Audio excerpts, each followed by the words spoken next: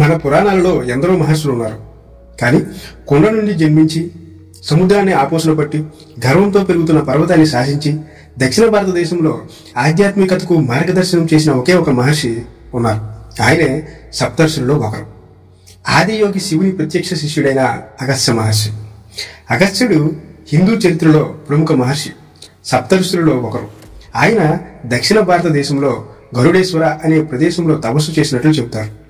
అగస్త్యుడు వేదకాలకు గొప్ప ఋషిగా పరిగణించబడతాడు. ఋగ్వేదంలో మరియు ఇతర వైదిక గ్రంథాలలో ఆయన రచనలు కనిపిస్తాయి. రామాయణ, మహాభారత తదితర ఇతిహాస పురాణాలలో అగస్త్యుడి ప్రస్తావన ఉంటుంది. అగస్త్యుడు దక్షిణ భారతదేశ ఆధ్యాత్మిక దిశానిర్దేశకుడిగా పనిచేశాడు. భారత్లోనే కాక ఇండోనేషియాలోని జావా ద్వీపాల్లో కూడా అతని విగ్రహాలు ఉండడం విశేషం. అగస్త్యుడి జన్మ చాలా విచిత్రమైంది. ఆయన సాధారణ మానవుల వలె తల్లి గర్భాన్ని జన్మించలేదు. ఒకసారి మిత్రవరుణులు యజ్ఞం చేస్తుండగా దేవలోక అప్సరస ఊర్వశిని చూసి మోహితులవుతారు. వారి వీర్యం ఒక యజ్ఞకుండలో పడగా దాని నుండి అగస్త్యుడు, వశిష్ఠుడు జన్మించారు. కుండ నుండి జన్మించడం వల్ల ఆయనకు కుంభ సంభవుడు లేదా కుంభయోని అనే పేర్లు వచ్చాయి. రామాయణంలో వనవాస సమయంలో శ్రీరాముడికి ఆదిత్య హృదయం ఉపదేశించింది కూడా అగస్త్య మహర్షి. ఒకప్పుడు వింధ్య పర్వతం మేరు పర్వతంపై అసూయతో సూర్యచంద్రుల గమనాన్ని అడ్డగించేలా ఆకాశమంత ఎత్తుకు పెరగడం ప్రారంభించింది. లోకాలన్నీ అంధకారంలో మునిగిపోగా దేవతలందరూ అగస్త్యుడిని శరణు వేడారు. అగస్త్యుడు గొప్ప తపస్వి మాత్రమే కాదు, గృహస్థు కూడా. ఆయన భార్య విదర్భ రాకుమారి అయిన లోపముద్ర. ఆమె కూడా గొప్ప విదూషినిమణి. శివపార్వతుల వివాహ సమయంలో భూమి సమతుల్యం దెబ్బతినగా శివుని ఆజ్ఞ మేరకు ఆయన దక్షిణ భారతదేశానికి వచ్చి స్థిరపడ్డారు. అగస్త్యుడు తమిళ భాషకు వ్యాకరణాన్ని అందించినట్టు సిద్ధ వైద్యానికి కూడా ఆజ్ఞుడిగా ప్రసిద్ధి చెందారు. అగస్త్యుడు తన భార్య లోపముద్రతో కలిసి వింధ్య పర్వతం వద్దకు వచ్చి, నేను దక్షిణ దిశగా వెళ్తున్నాను, తిరిగి వచ్చే వరకు ఇలాగే వంగి ఉండు అని ఆజ్ఞాపించాడు. గురువు మాటను జవదాటిని వింధ్య పర్వతం అలాగే వంగి ఉండిపోయింది.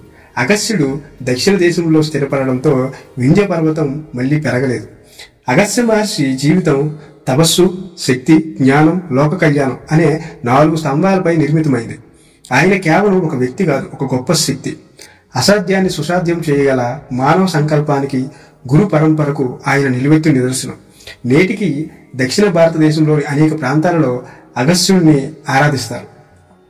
ఎలవలుడు, వాతాపి అనే రాక్షసులు మాయా రూపాలు ధరించి బాటసారులైన ఋషులను చంపి తినేవారు. తమ్ముడైన వాతాపి మేకగా మారి అన్న ఎలవలుడు వండి పెట్టగా అతిథులు భోంచేశాక వాతాపి బయటికి రా అని పిలిచేవాడు. దాంతో వాతాపి వారి కడుపులు చీల్చుకుని బయటికి వచ్చేవాడు. వారి దురాగతాన్ని తెలుసుకున్న అగస్త్యుడు వారి ఆతిథ్యాన్ని స్వీకరించి భోజనం పూర్తయ్యాక ఎలవలుడు పిలవక ముందే వాతాపి జీర్ణోభవ తన కడుపును నిముడుకున్నాడు. దాంతో వాతాపి జీర్ణమైపోగా కోపించిన ఎలవలుడిని అగస్త్యుడు తన తపశ్శక్తితో భస్మం చేస్తాడు. మహాభారత కాలంలో దేవతలకు సహాయం చేయడానికి అగస్త్యుడు ఏకంగా సముద్రాన్నే తాగేశాడు. కాలకేయులు అనే రాక్షసులు దేవతలను ఓడించి సముద్ర గర్భంలో దాక్కునేవారు. వారిని సంహరించడానికి దేవతలు విష్ణువుని ప్రార్థించగా ముందు సముద్రాన్ని నశింపచేయాలని, అది అగస్త్యునికి మాత్రమే సాధ్యమని చెప్తాడు. దేవతల కోరిక మేరకు అగస్త్యుడు సముద్రపు నీటినంతటిని ఆపోషణ పట్టగా దేవతలు రాక్షసులను సంహరించారు. శ్రీరాముడి వనవాసం అనేది ఎందరో మహానుభావులను, మహర్షులను కలుసుకుని దివ్య శక్తులను పొందిన ఒక ఆధ్యాత్మిక యాత్ర.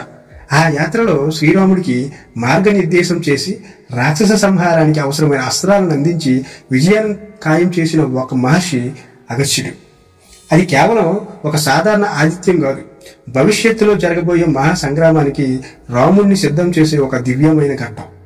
అగస్త్య మహర్షి తన వద్ద ఉన్న అత్యంత శక్తివంతమైన దివ్యమైన అస్త్రాలను శ్రీరాముడికి బహుకరించారు. విష్ణు తేజస్సుతో నిండిన ధనస్సు. ఇది సాక్షాత్తు శ్రీ మహావిష్ణువు తేజస్సుతో కూడిన ఒక అమోఘమైన విల్లు. ఎన్ని బాణాలు తీసినా తరగని 2 అమ్ములు పొదులు. యుద్ధంలో అస్త్రాలను లోటు లేకుండా చూసే అద్భుతమైన వరం ఇది. 2 దివ్య ఖడ్గాలు, అత్యంత పొదునైన శక్తివంతమైన 2 కత్తులను కూడా అందించారు. యుద్ధానికి కావలసిన ఆయుధ సంపత్తిని శ్రీరాముడికి సమకూర్చింది అగస్త్య మహర్షి. అస్త్రాలను అందించడమే కాదు, వనవాసంలో మిగిలిన కాలం గడపడానికి అనువైన ప్రదేశం ఏదో కూడా అగస్త్యుడే సూచించారు. రామాయణ కథలో అత్యంత కీలకమైన ఘట్టమైన సీతాపహరణం జరిగింది పంచవటిలో. కథను కీలక మలుపు తిప్పే ఆ ప్రదేశాన్ని సూచించింది కూడా అగస్త్యుడే. రామాయణంలో అగస్త్యుడి పాత్ర ఇక్కడితో ముగియలేదు. అత్యంత కీలకమైన సమయంలో ఆయన మళ్లీ ప్రత్యక్షమయ్యారు. రావణుడితో జరుగుతున్న భీకర యుద్ధంలో అనేక అస్త్రాలను ప్రయోగించిన రావణుడు చనిపోకపోవడంతో శ్రీరాముడు ఒక క్షణం అలసిపోయి నిస్సహాయంగా కనిపిస్తాడు.